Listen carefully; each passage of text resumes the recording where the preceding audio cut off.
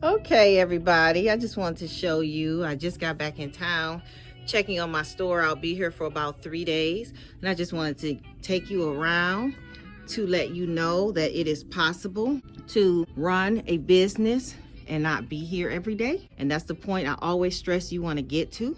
So this is the condition that my store looks like now. You can never be free if you have to be behind your counter every day, all day. You can never be free. So what this allows me to do is it allows me to be able to work a job or open up other beauty supply stores in different areas and continue to duplicate myself. So if this store is producing, let's say this store is producing $200,000 a year. Well, if I can open up another one in other areas, then that's $400,000 a year. And another one, $600,000 a year. And that's how you become multi-millionaires. You have to be able to free yourself from being behind your counter so that you can use your time to do other things. So I'm just showing you, I haven't been in this store in 3 weeks. And being here this time, I'm only gonna be here for like 3 days. And that's a long time for me. Usually it's more like 1 day. And the store is still functional, still operating. I was able to still have access to my funds.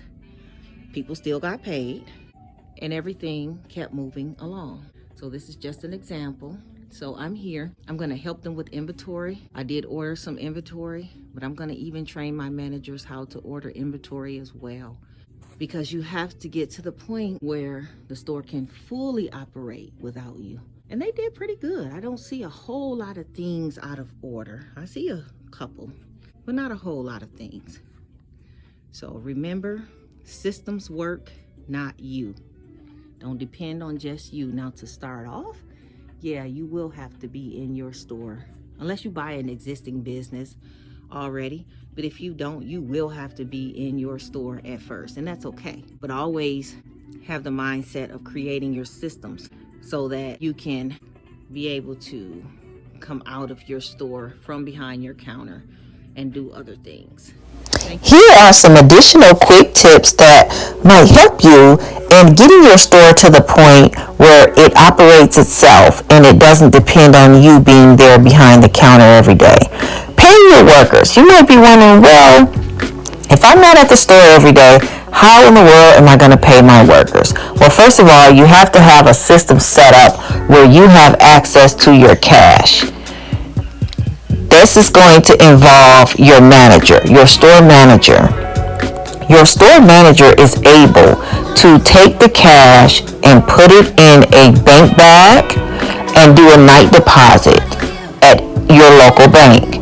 So you would include maybe an hour of pay, and the manager is going to take the money to the night box. They'll have the key, and they can't get any money out. They can only put money in. You will have to have a system where you have the workers count their drawer.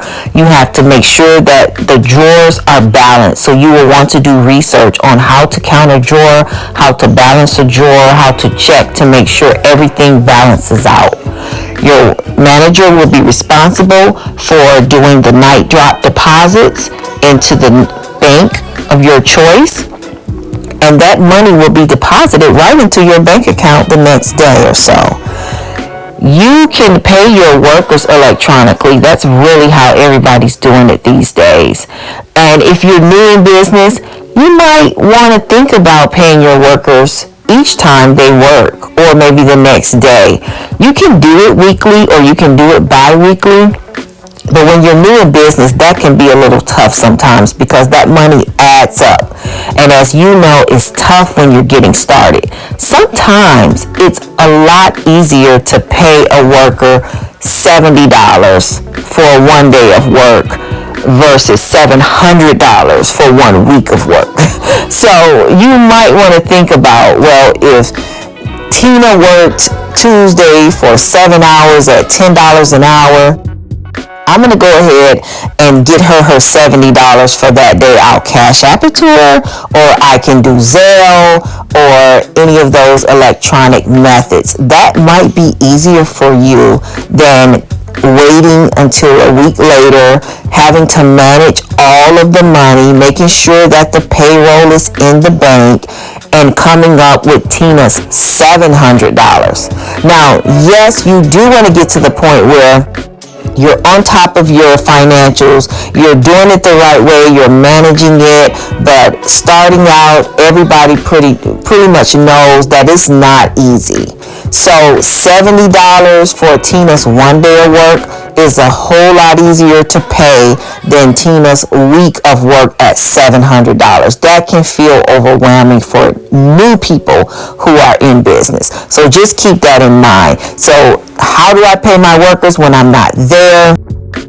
Zelle, Cash App, things like that. Just be very, very, very careful with Cash App, because you can send it to the wrong person, and you can, maybe send $1 just to make sure you're sending it to the right person, and then send the rest of the money. But those are just ways that you can pay your workers without being at your store every day, all day long. Another thing you can think about, like I said, you can make sure that your cash gets to your account, having your manager do that part.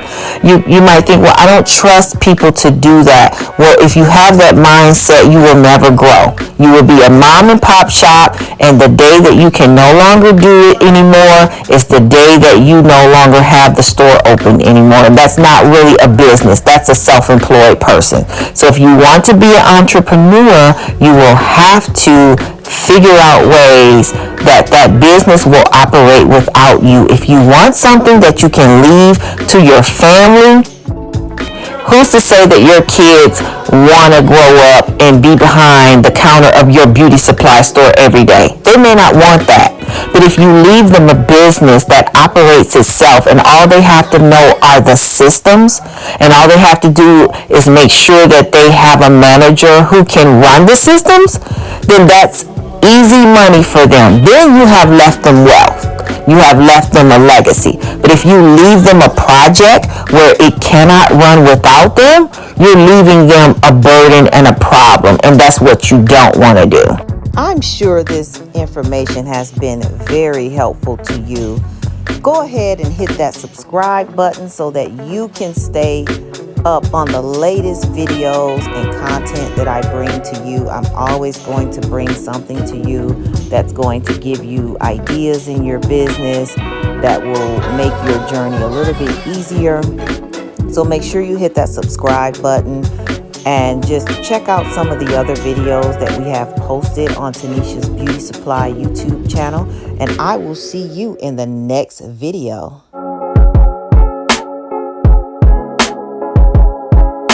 Tanisha's Beauty Supply, beauty, power, and style, power and style. Tanisha's Beauty Supply, beauty, power, and style, power and style. Got whatever you need.